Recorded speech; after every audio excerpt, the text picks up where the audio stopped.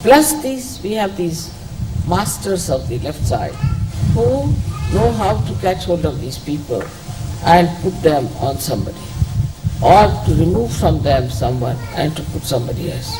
So it's a continuous process, and this makes a person absolutely mad and good for nothing. Now when we know all this, still we get caught up on the left side. So we do get caught up. That's why I think this Mahavir Jayanti is a very, very great thing for us to observe. Now why was he called Mahavira? Because only a person like him, Veera means a person who is brave, who is chivalrous. Because only he could do this. So only he could enter into the being fully and could kill, or we can say destroy, those horrible Rakshasas, devils, all these negative things that come to us. Now as you know, we use left side very much for so many negativity that is torturing us. But if there is no help, say from Mahavira, we cannot do it. We call the name of Mahavira, we could call him Saint Michael, we can call him by any name, but Mahavira because he was a human being. All this works out because of him, and he is such a great identity. He himself took a birth as a human being. Difficult for saints to take birth as a human being.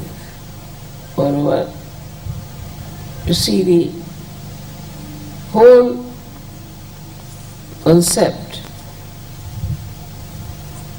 of hell and all that is described in any scripture is a fact.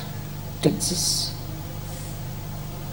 And if you try to go in there, you see, when I try to go there and to find out, I just go off to sleep sort of thing. In my sleep I find out all the things that are happening about person, how much he's got up, what he's done.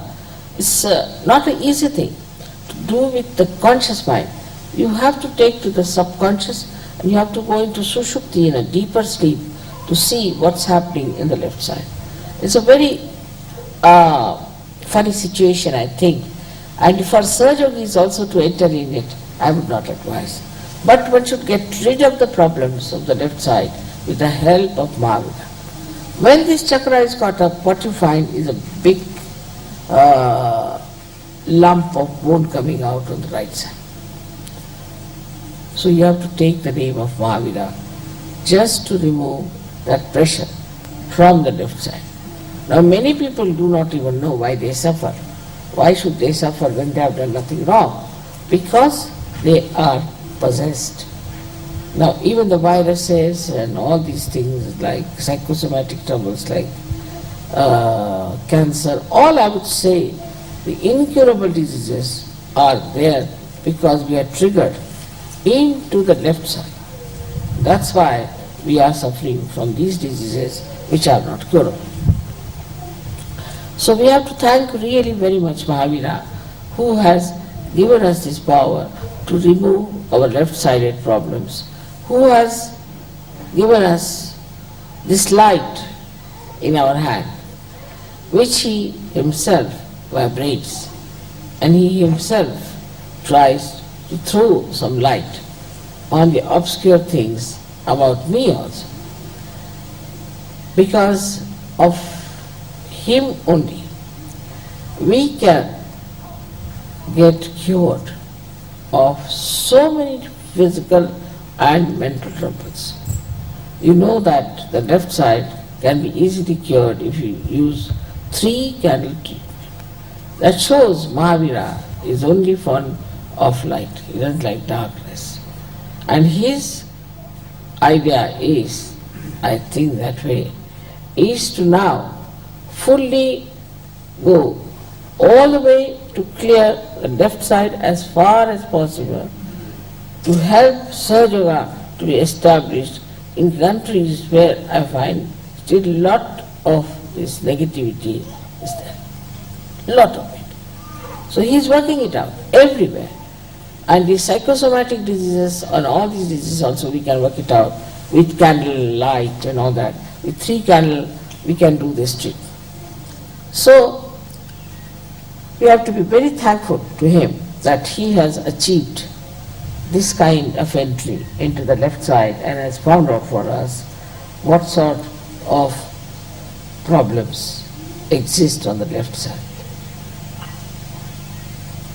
It's such a nice thing that we have got today the chance to celebrate his birthday here in a place which is really very much loved by him.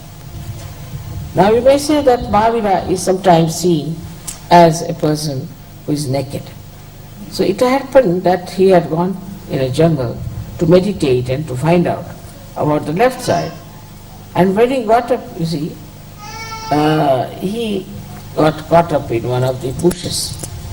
And he had to torn off half part of that.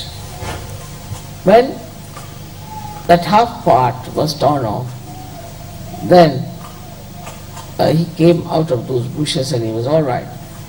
But at the same time, Sri Krishna appeared there on the scene as a little boy from a village.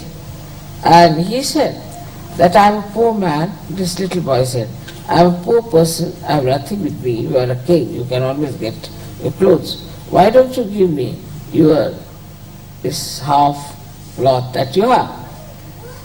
And they say so that it was given to this boy and who ran away. He was nobody else but Sri Vishnu.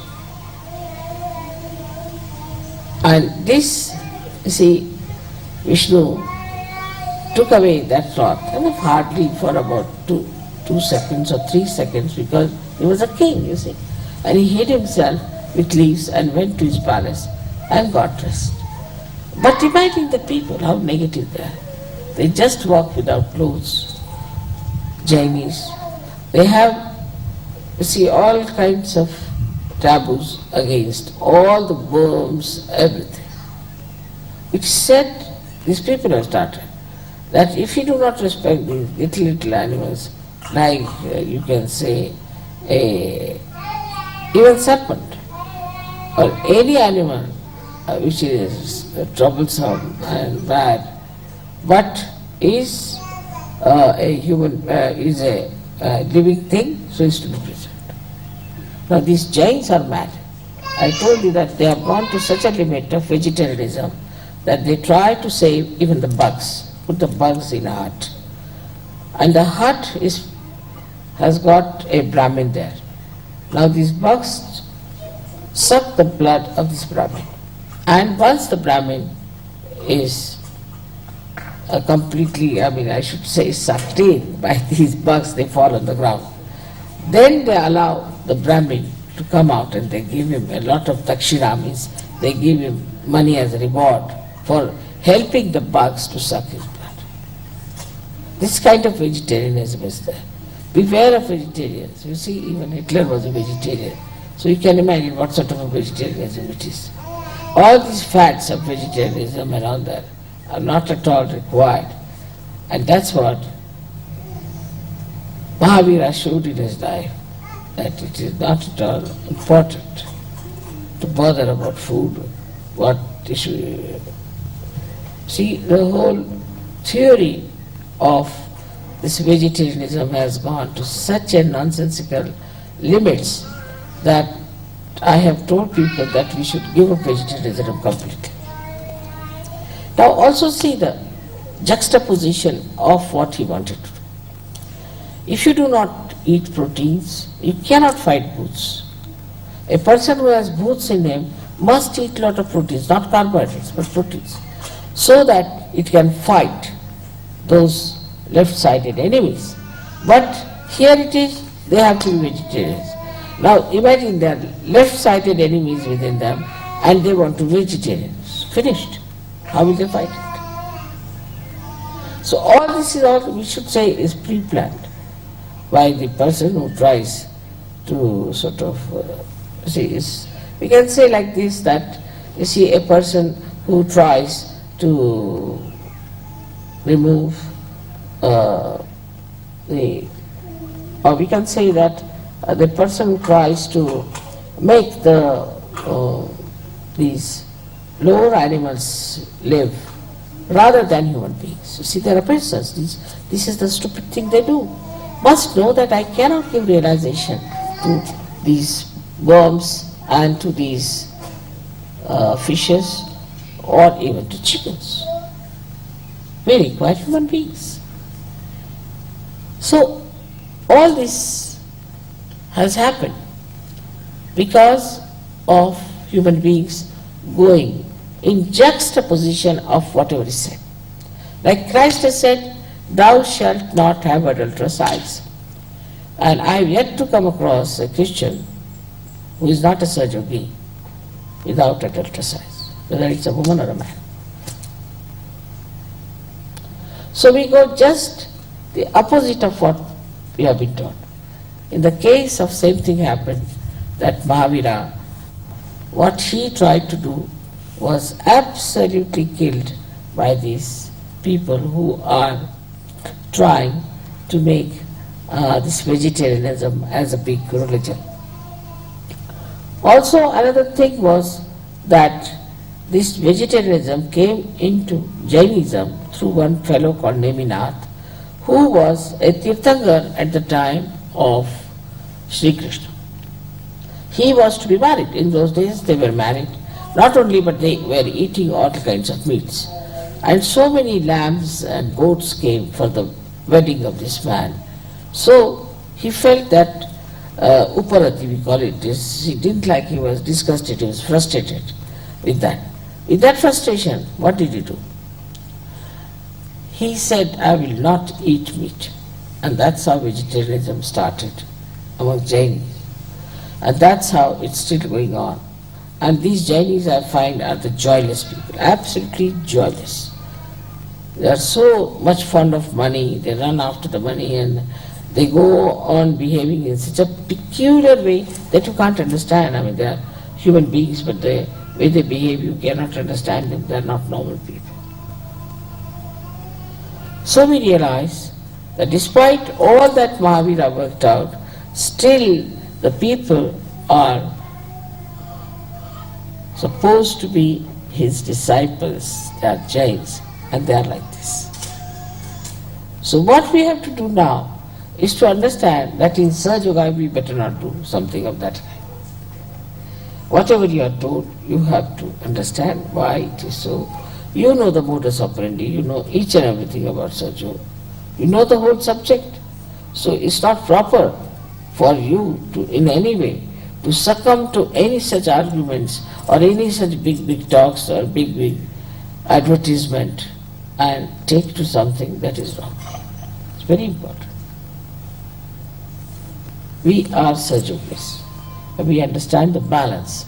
Of course, I always say that Westerners, for example, maybe Australians also, should take more to carbohydrates because they eat a lot of meat. So they can take to carbohydrates. But that doesn't mean vegetarianism by any chance. I mean to compensate. And in India I always say they must take to more meats. It's good to do them good. But in by no means I say that you just eat meat and nothing else. But a balance has to be found out. And once you strike it, then you'll be surprised that you feel so relaxed, so much better, so much enlightened, and the vibrations will flow much better than normal. So for food, you have to be careful.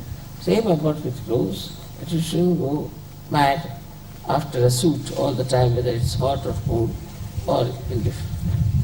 What you have to do is to wear something that will suit you. Now for example, in a climate like this, you may require a suit or something to cover yourself. But supposing you are in Ganpatipure, some place like that, where it's not so cold, not so hot, maybe it's dry. So what sort of a dress you should wear which is comfortable, that should be found out. And whatever you find out, that this is such a comfortable dress for us, you better do it. Because what I have seen, you see, it's a thing that whenever I tell you something, don't take it to the extremes and don't take a little bit of it. But when I tell you this thing, you must understand that whatever is good for you, whatever is your temperament, whatever is aptitude, you have to take something that will nourish that will improve you and give you a balance. So to balance yourself, if you think of Mahavira, you must think also of Sri Hanuman. Both these things are important. It's not easy to tell all about Mahavira in this short lecture, but I think I have quite connected him now with Serge, and you must have seen to it that how important he is and what an important role he plays. So may God bless you.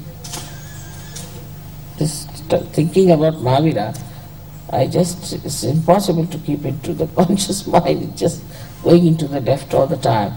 Because I just in the car thought I better think about Mahavira. And since then it's all going towards the left. It's so difficult. But it will work out.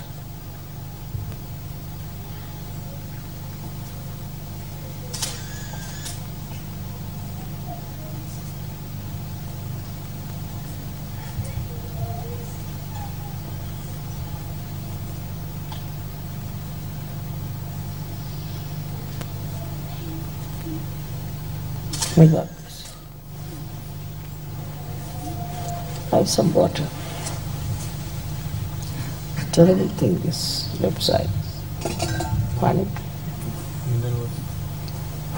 I think if you have any problems, you must ask me also. Because this is the only time when we can talk about things. If you have any problems, you can ask me about left side. How to correct it, how to work it out, anything. Please ask me. Because you always get this problem.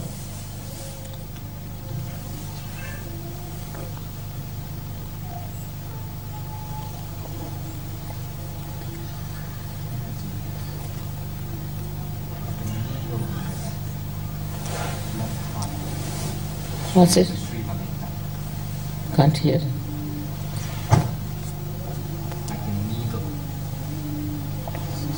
काय होता left हात मध्ये सुईसारखं टोचतंय मला. हाँ left हात मध्ये feels like the needles. सुई सारखं हाँ. सुई सारखं आपण बोलतो. हाँ.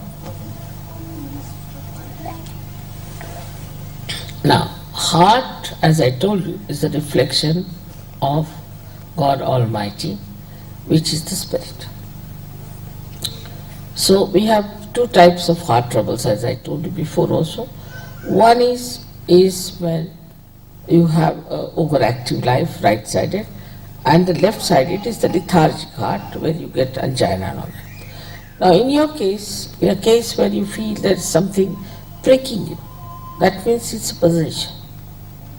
If the hands are sort of pins and needles, then it's kind of possession. But it can be cleared out.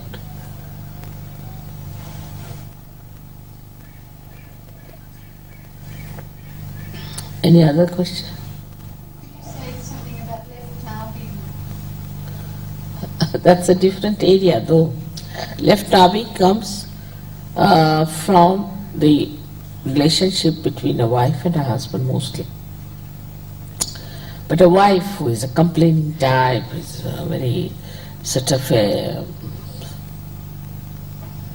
all the time grudging, very nervous and bothers the husband, frightened and all sorts of things that they do. You see, just sometimes they do it just to trouble the husband, but sometimes basically they are very left-sided, possessed women.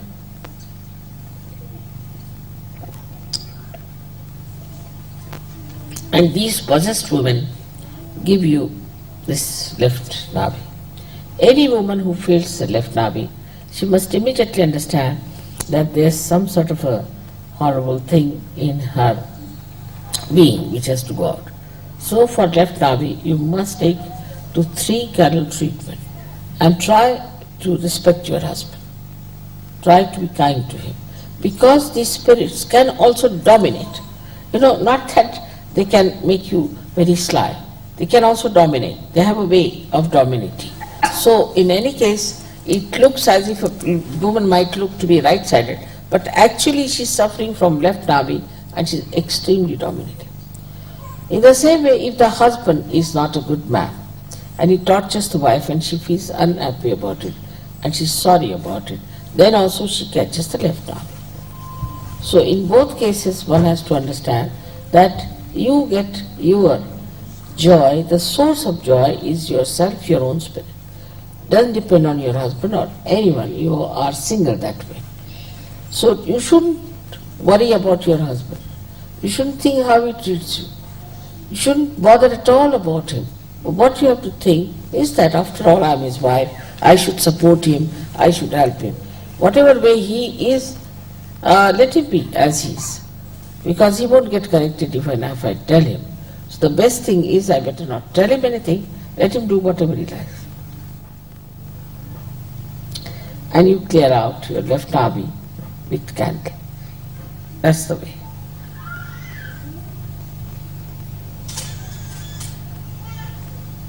By the way. All right, we'll get the children to wash my feet now. So difficult left side is still there. I'm just, hello. You all have to come here, wash my feet, all right? So beautiful.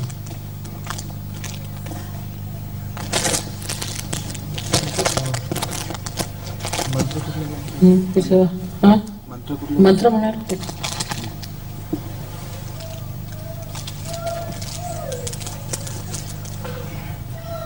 Atharvashirsha